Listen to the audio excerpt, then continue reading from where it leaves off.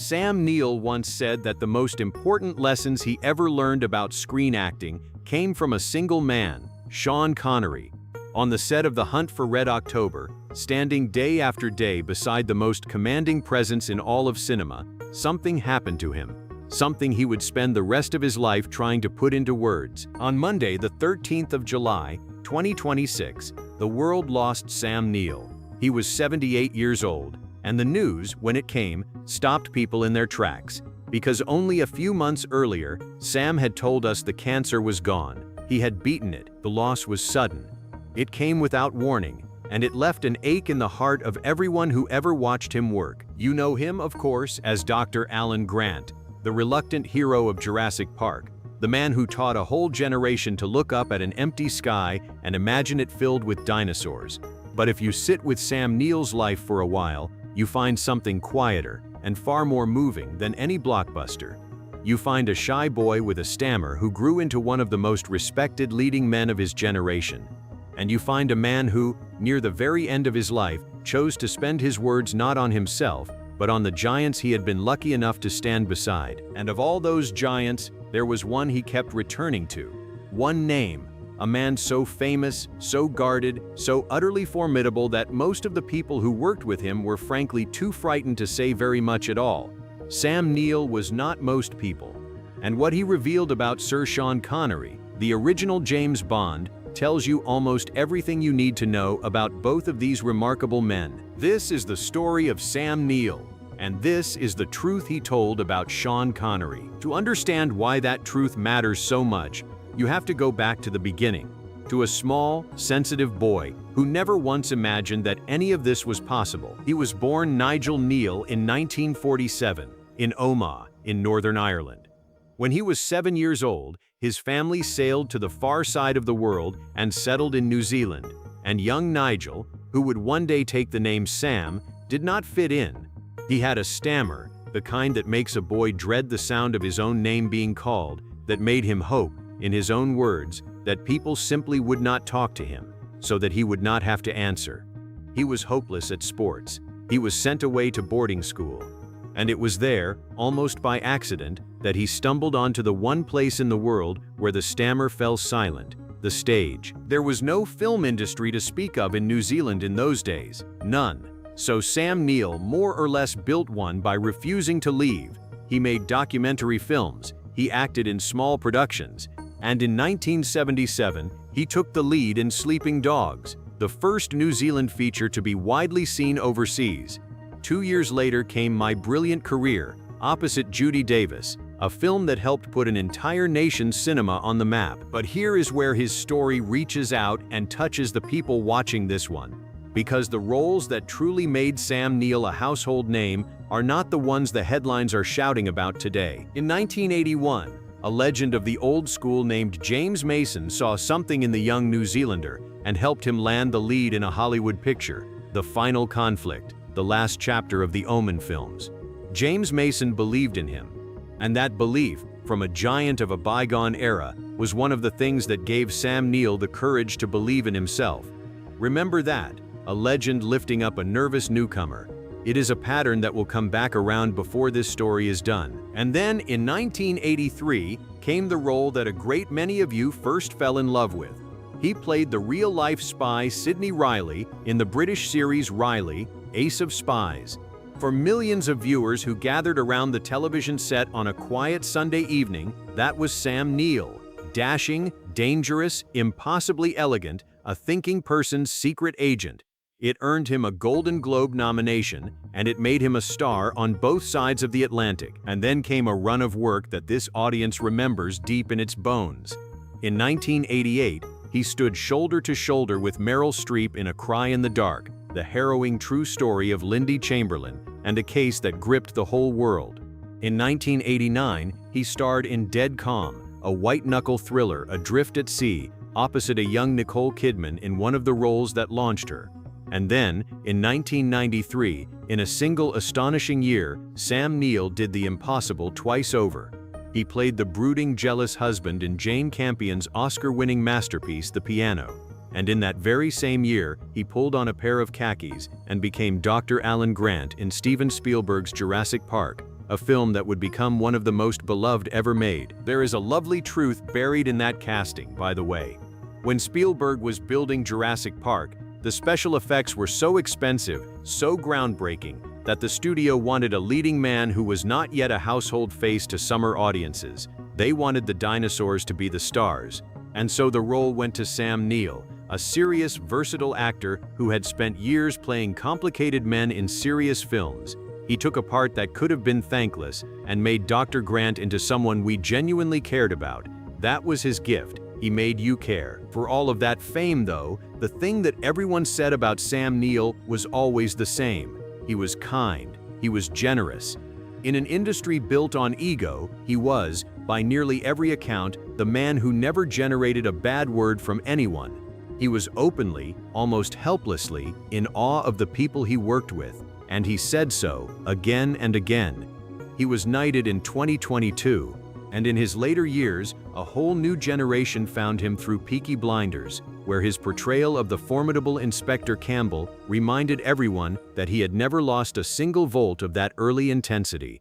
He carried all of it lightly, with that dry, self-deprecating humor, once joking that if you just stick around long enough, sooner or later you qualify as a legend. So when a man like that, the gentlest man in the room, decides to tell you the truth about the most fearsome legend he ever worked alongside, you lean in and you listen.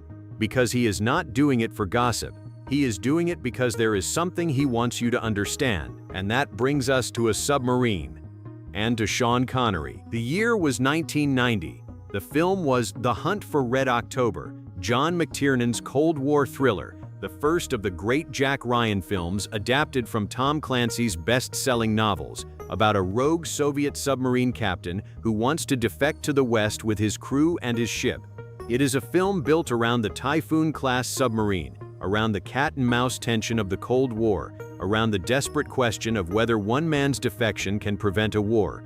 At the very center of it, commanding that submarine and commanding the entire picture, was Sean Connery as Captain Marco Ramius, and standing loyally at his side, playing his executive officer, Captain Vasily Borodin, was Sam Neill. The cast around them was extraordinary. Alec Baldwin as the CIA analyst Jack Ryan, James Earl Jones as his watchful superior Admiral Greer, a film dense with talent at every level.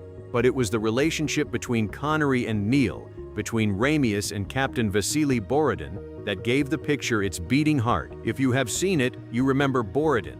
Captain Vasily Borodin is the one who dreams out loud about what he will do when they finally reach America, a wistful little fantasy about settling down in Montana, marrying, raising rabbits, living a small and peaceful life far from the cold and the sea. It is one of the most quietly beloved moments in the whole film, and it belongs entirely to Sam Neill. But to play Captain Vasily Borodin, Sam Neill had to do the very thing that most actors of his era only dreamed about and quietly dreaded. He had to stand, day after day, hour after hour, shoulder to shoulder, with Sean Connery. Now, you have to understand exactly who Sean Connery was by 1990. He was not simply an actor. He was an institution. He was the original James Bond, the man who, more than any other, invented what a modern movie star could even be. He had already won his Academy Award for The Untouchables, and he carried with him a reputation that traveled far ahead of him into every room. Sean Connery was known as formidable, guarded, fiercely private. By a great many accounts, he was intemperate, a man who did not suffer fools, who could fill a soundstage with a kind of coiled intensity simply by walking onto it. Younger actors were often, to put it plainly, terrified of him. So what was he really like? What was Sean Connery like when the cameras stopped rolling, when it was just the crew, and the long hours, and the man himself? For 30 years, Sam Neill mostly kept that to himself, and then, in October of 2020, Sean Connery died, at the age of 90. And Sam Neill finally said it out loud. He did not reach for a scandal. He did not settle an old score. He did not do what so many people do when a difficult legend passes and the truth-telling suddenly becomes safe. Instead, Sam Neill said something that should stop you in your tracks. He said that every single day on set with Sean Connery had been, in his own words, an object lesson in how to act on screen. Not a trial, not a battle of egos, a masterclass. Every single day, sit with what that means, coming from the man it came from. Sam Neill had worked with Meryl Streep, with Nicole Kidman, with Isabella Gianni. He had been directed by Steven Spielberg and by Jane Campion. He was himself one of the finest actors of his entire generation. And when he looked back across that whole glittering career and asked himself who had truly taught him something, who had actually shown him what screen acting was, the answer was the man on that submarine. And Neill went further still. He said that the charisma, the sheer power that Sean Connery carried with him, was something he had never encountered anywhere else, before or since. That it was utterly unique to Connery, impossible to imitate, impossible to fake. And then, simply, he said farewell to a great man and a great actor. That is the truth that Sam Neill revealed. And notice what it is not. It is not that Sean Connery was secretly a monster. It is not that he was secretly a saint. It is something far more honest and far more useful than either of those easy stories. It is that behind the fearsome reputation stood a craftsman so complete that simply being near him made you better at your own work. The intimidation that people felt in Connery's presence was not cruelty. It was the plain, overwhelming feeling of standing next to the real thing, and Sam Neill had the stories to prove that the legend was real. In the memoir he wrote in 2022, a book he began quietly, in a rush, after a doctor's grim diagnosis had made him think hard about how much time he might have left, he came back once more to Connery. He told, among many others, the tale of Eddie Murphy and his entire entourage trying and failing and trying again, simply to get an audience with Sean Connery.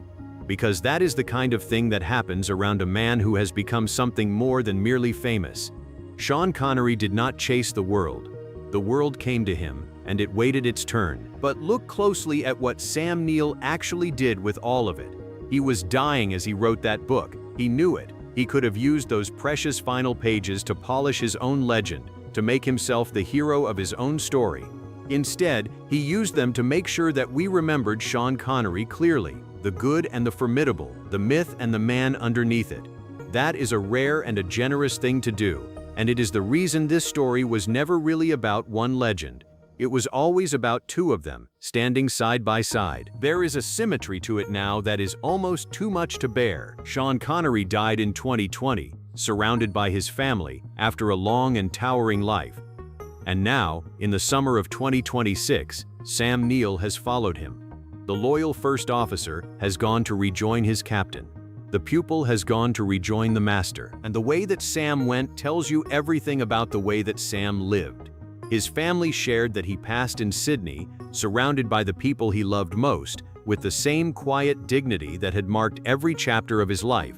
He had beaten the rare blood cancer that once threatened him. He was, they said, cancer-free. The end, when it finally came, was sudden, and it caught everyone by surprise. But he did not go frightened, and he did not go alone. The tributes began almost at once, and they came from everyone. Laura Dern, his co-star and dear friend from Jurassic Park, and I am so glad to say she is still very much with us, wrote that she would love him forever and called him her dream leading man. Steven Spielberg said that Sam would never be forgotten, not by the people who made those films with him, and not by his millions of fans around the world. His fellow New Zealander Carl Urban called him a national treasure and a trailblazer. Prime ministers on both sides of the Tasman Sea paused their day to mourn a man who had carried the stories of one small country to the entire world. But perhaps the most fitting tribute to Sam Neill is the one that he wrote himself, without ever intending it as a tribute at all, in the warm, clear-eyed, generous things he said about the giants who came before him. Because here, if you step back far enough, is the whole shape of a life. A shy boy with a stammer, a boy who was frightened to even speak, grew up to stand beside the most commanding voice in all of cinema, and he was not crushed by it, he was taught by it. The nervous newcomer became the knight, the awestruck young actor became a legend in his own right. And then, when he could have simply rested on all of it, he turned around and pointed at the people who had inspired him, and he said to the rest of us, "Look at them, remember them. Were they not magnificent?" Remember his character on that submarine, Captain Vasily Borodin, dreaming out loud about a quiet life far from the sea, a little place in Montana, a wife, some rabbits, a bit of peace at last. Borodin never got to see his Montana, but Sam Neill did. He found his own version of it in the rolling green hills of central Otago, on the New Zealand land that he loved with his whole heart, where he planted a vineyard, 2 paddocks he called it, a name as quietly elegant as the man himself, and named his farm animals after his famous friends, and grew, by every single account, deliriously, contentedly happy. Sam Neill got to see his Montana. He got to live the quiet, joyful life that Captain Vasily Borodin only ever dreamed about.